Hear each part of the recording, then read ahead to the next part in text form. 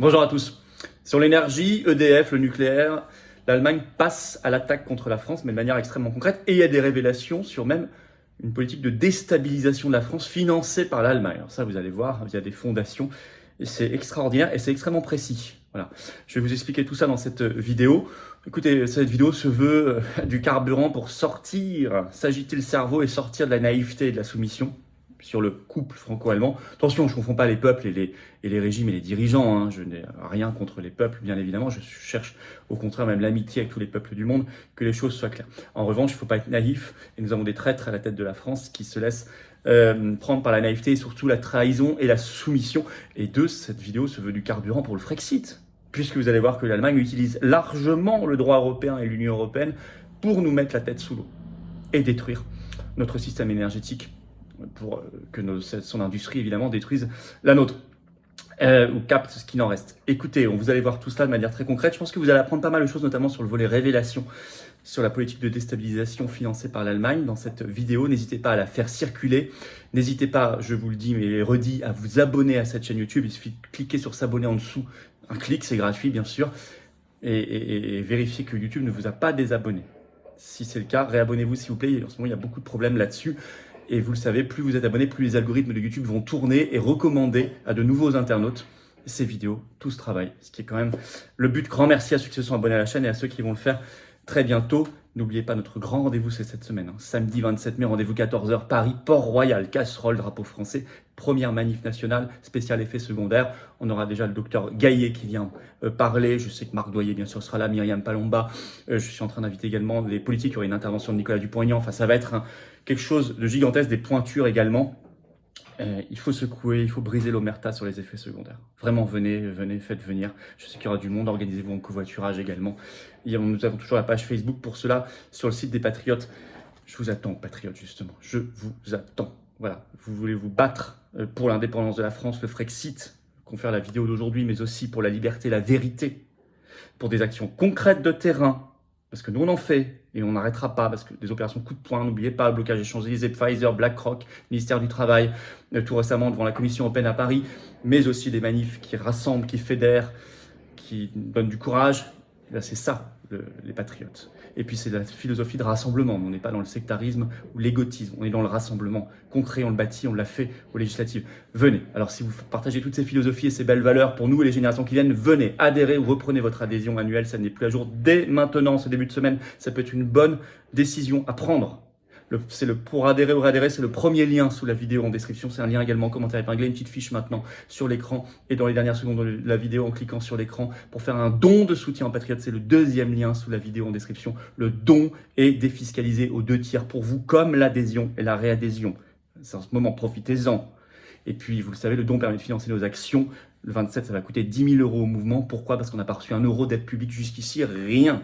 Mouvement anti-oligarchique. Bravo donateurs, réadhérents, bienvenue aux nouveaux adhérents patriotes. Alors l'Allemagne, son attaque brutale contre la France, nucléaire, EDF, énergie, tout y passe directement et via l'Union européenne, avec 2 informations coup sur coup qui sont tombées ces derniers jours. D'abord, la directive européenne, je devrais même dire les 2 directives européennes anti-françaises. Les 2 poussées par l'Allemagne, les 2 concernent l'énergie. Je vous explique. Le 16 mai, le Parlement français, donc je parle du Parlement français, l'Assemblée nationale et le Sénat, a définitivement adopté le projet de loi de relance du nucléaire. Par un dernier vote, un ultime vote à l'Assemblée nationale en ce sens. C'est ce que dit l'AFP dans une dépêche du 16 mai, donc c'est fait. Il y aura 6 nouveaux EPR d'ici 2035 à construire et lancer des études pour 8 autres. Oui, d'accord, mais l'Union européenne pourrait tout mettre à terre, sous pression allemande. Et ça, c'est ce qu'on apprend par un article du site spécialisé Euractiv du 18 mai, le titre « La France retarde l'approbation de la directive européenne renouvelable, dite renouvelable, à cause du nucléaire ». C'est la directive dite RED III, alors qu'il y avait un accord entre les États membres de l'Union européenne et le Parlement européen depuis le 30 mars, et qu'elle devait être approuvée formellement par les États membres le 17 mai. Eh bien, la France a bloqué in extremis. Elle a été, nous dit Euractiv, retirée à la dernière minute de l'ordre du jour de la réunion du 17 mai. Pourquoi ? Parce que la France était dans cette directive attaquée sur le financement de son nucléaire Et vous allez voir que les autres États membres sont beaucoup, en tout cas, sont fous furieux. Je vous lis un extrait d'Euractiv, un premier extrait. Plusieurs diplomates contactés par Euractiv blâment la France. Un diplomate européen a ainsi accusé Paris de jouer les durs pour obtenir des concessions. La loi a été prise en otage par des intérêts nationaux très étroits. Vous voyez comment on parle de l'intérêt national à Bruxelles. A déclaré un second sous couvert d'anonymat. Des sources françaises ont confirmé mercredi que le retard était lié à des préoccupations concernant l'énergie nucléaire et son statut dans la directive renouvelable, notamment pour la production d'hydrogène. En effet, la France serait très pénalisée si elle produisait de l'hydrogène à partir de son électricité nucléaire par cette directive européenne. Alors, on peut voter toutes les lois qu'on veut au niveau français si c'est mis à terre par les directives européennes, et c'est sous pression de l'Allemagne, puisque c'est écrit dans Euractiv comment sortir de l'impasse. Je cite, à Bruxelles, c'est la pagaille, commente une source diplomatique. La France veut une intégration plus étroite de l'énergie nucléaire dans la directive. Mais chantage allemand. Et ça, l'Allemagne est en train de faire un chantage en disant si vous faites ça dans cette directive, nous on va mettre à terre une autre directive à laquelle vous tenez.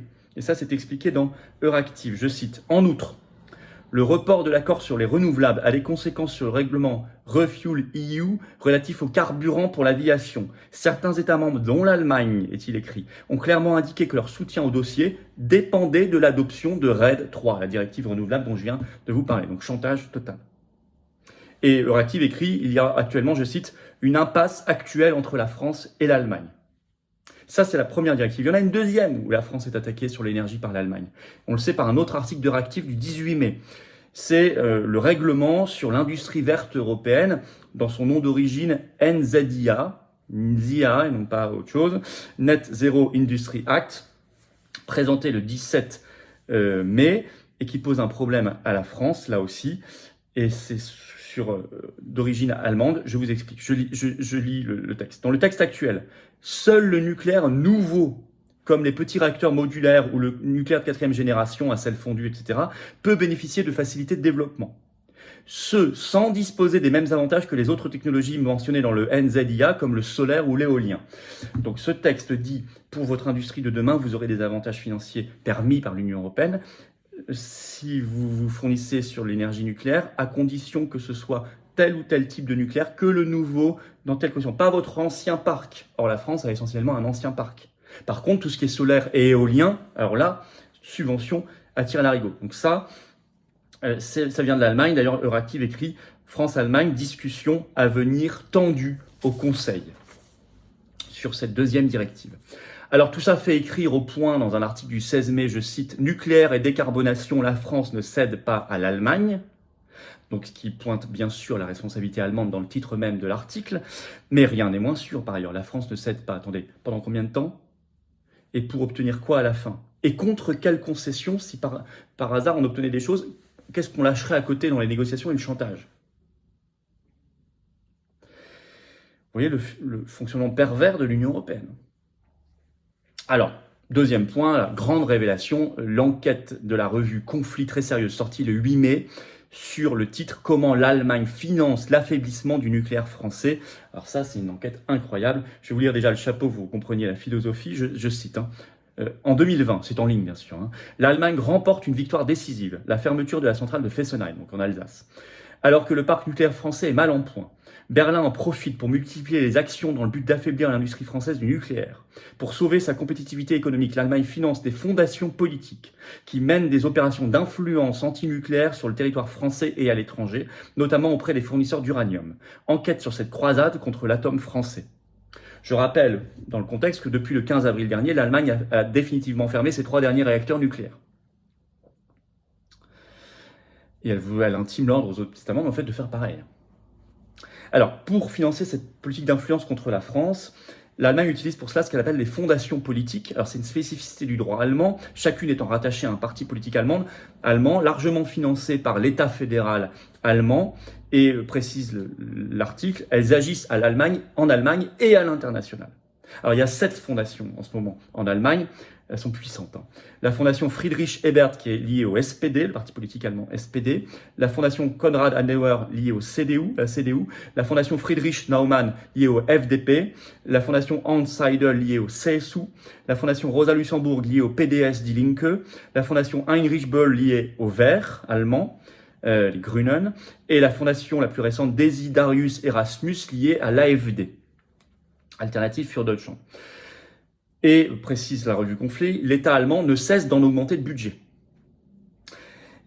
Alors, la vraie cause de la volonté d'affaiblir le nucléaire français est expliquée dans cet extrait que je vais vous lire. Si la peur du nucléaire au sein de l'opinion publique allemande peut pousser Berlin à voir d'un mauvais œil le développement de l'atome dans un pays limitrophe, la principale raison, est-il écrit, des manœuvres d'affaiblissement de la filière nucléaire française restent économiques. L'abandon de l'atome par l'Allemagne en 2011 supposait une hausse durable des coûts de l'énergie. Si cette augmentation était problématique pour les ménages, elle était catastrophique pour le tissu industriel allemand qui allait voir sa compétitivité s'effondrer, notamment par rapport à l'industrie française qui, n'ayant pas abandonné le nucléaire, n'allait pas voir ses coûts de production exploser. Donc puisque nous on s'effondre, il faut que vous effondriez aussi au moins autant que nous, voire plus. C'est ça la logique. Alors comment elle fait concrètement ? Alors c'est expliqué dans l'enquête, et là je vais vous lire tout simplement l'extrait. Voilà comment ça marche. Je vous ai présenté les fondations, voilà comment ça marche. La fondation politique la plus active, est-il écrit, sur le territoire national, donc en France, est la fondation Heinrich Böll, donc liée au Vert allemand, au Grünen. Sa stratégie d'influence vise à propager le paradigme antinucléaire au sein de l'opinion publique française et conjugue une approche directe et une approche indirecte. L'approche directe consiste à produire et diffuser de la doctrine pseudo-scientifique militante visant à diaboliser le secteur nucléaire. Ces productions, souvent alarmistes et manichéennes, ont pour objectif de jouer sur la perception du grand public afin que celui-ci ne voit plus dans l'atome qu'une énergie du passé, dangereuse, qu'il serait vital d'abandonner. L'approche indirecte se traduit par le financement de structures tierces, notamment d'associations militantes. La fondation Heinrich Böll, est-il écrit, finance ainsi, et ce depuis plusieurs années, le réseau Action Climat, vous en avez peut-être entendu parler, très actif en France. Il s'agit d'une fédération regroupant une trentaine d'associations écologistes et enregistrée en tant que représentante d'intérêts auprès de la Haute Autorité pour la transparence et la vie publique. Et voilà comment ils influencent complètement le débat public français. C'est assez impressionnant, c'est très précis cette enquête. Allez la lire, elle est très longue, revue Conflit, sortie le 8 mai. Voilà ce qu'on pouvait dire. Alors vous voyez, qu'est-ce qu'on en tire comme conclusion ? Il faut arrêter la naïveté, la soumission, la trahison de nos dirigeants et ce pseudo-couple franco-allemand qui n'existe que dans l'esprit de ceux qui veulent nous influencer, nous manipuler, dont on ne parle d'ailleurs jamais en Allemagne. 1. Stop naïveté. 2. Frexit. Sortir de l'Union européenne. C'est écrit là. Voilà, c'est écrit là, je peux vous le montrer autrement si vous voulez. C'est un point cardinal du projet politique des Patriotes, pas pour rien, pour ça notamment. Pas pour faire la guerre, bien au contraire pour faire la paix, mais pour défendre le bien commun et notre intérêt national. Et là, je crois qu'en matière énergétique, c'est juste vital pour les ménages comme l'industrie, donc l'emploi et le social. Par ailleurs, bon quand même, l'Allemagne a des fondations politiques qui agissent, qui influencent à l'international. Moi, je pense que la France doit avoir sa stratégie d'influence à l'international aussi. Je ne blâme pas l'Allemagne d'avoir des fondations qui défendent ses intérêts ou ce qu'elle reconnaît être ses intérêts, ce qu'elle croit être ses intérêts à l'étranger. Je blâme la France de ne pas faire la même chose. Nous devons pas forcément imiter le même modèle, mais avoir des stratégies d'influence beaucoup plus concrètes, efficaces, réfléchies. Et pour cela, il faut encore savoir ce qu'est notre intérêt national. Et donc, il faut en avoir un. Et pour en avoir un, il faut être souverain. La boucle est bouclée. Voilà ce que je voulais partager comme réflexion avec vous, ça me paraît extrêmement important. Merci de partager cette vidéo. Pour cela, de vous abonner à cette chaîne YouTube, vous appuyez sur s'abonner en dessous, vous cliquez, c'est instantané, c'est gratuit. Partez pas, je vous parle de la manif dans un instant. J'ai besoin de vous. Plus vous abonnez, vérifiez que vous n'avez pas été désabonné par YouTube. Plus vous vous abonnez, plus les vidéos seront virales.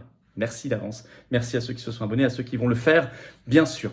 Et je vous attends, aux patriotes. Je vous attends, patriotes. Vous pouvez adhérer ou réadhérer dès maintenant ou faire un don de soutien dès maintenant. Tous les liens sont sous la vidéo en description. Le premier, c'est adhérer, réadhérer, c'est le même. Celui juste en dessous, c'est faire un don. Tout est défiscalisé aux 2 tiers pour vous. Tout nous permet de financer nos actions parce qu'on n'a pas reçu un centime d'aide publique jusqu'ici. On a toute l'oligarchie contre nous. On est le plus grand mouvement souverainiste et de défense de la liberté, de la paix et de la vérité de France, ce qui est vérifiable. Mais pour cela, il faut que vous veniez. Et vous serez bien accueillis comme dans une famille. Et en étant adhérent ou réadhérent, vous serez mis en relation avec des gens qui pensent comme vous près de chez vous. Ça, si c'est pas beau, je crois que c'est ça, sortir de l'isolement et du piège de l'oligarchie. Vous êtes les bienvenus. Je vous attends. Je vous attends. Faire un don de soutien, ça permet de financer nos actions. La manif du 27 mai va coûter 10 000 € au bas mot, plus tout ce qu'on fait tous les jours grâce aux merveilleux référents, délégués et militants patriotes. Bien évidemment, tout est défiscalisé aux 2 tiers pour vous. Tout. 2 tiers. Alors, bravo donateurs et adhérents, bienvenue aux nouveaux adhérents patriotes. Et vous avez noté, samedi 27 mai, rendez-vous 14h, Paris, Port-Royal, première manif nationale, cortège, effet secondaire, spécial effet secondaire. Ça va être gigantesque. On aura de très très belles pointures, des personnalités qui seront là. On va secouer le cocotier, on finit au ministère de la Santé. On ne veut pas lâcher l'affaire pour la justice, pour la vérité, pour les victimes et leurs proches. Voilà. À bientôt. Vive la France.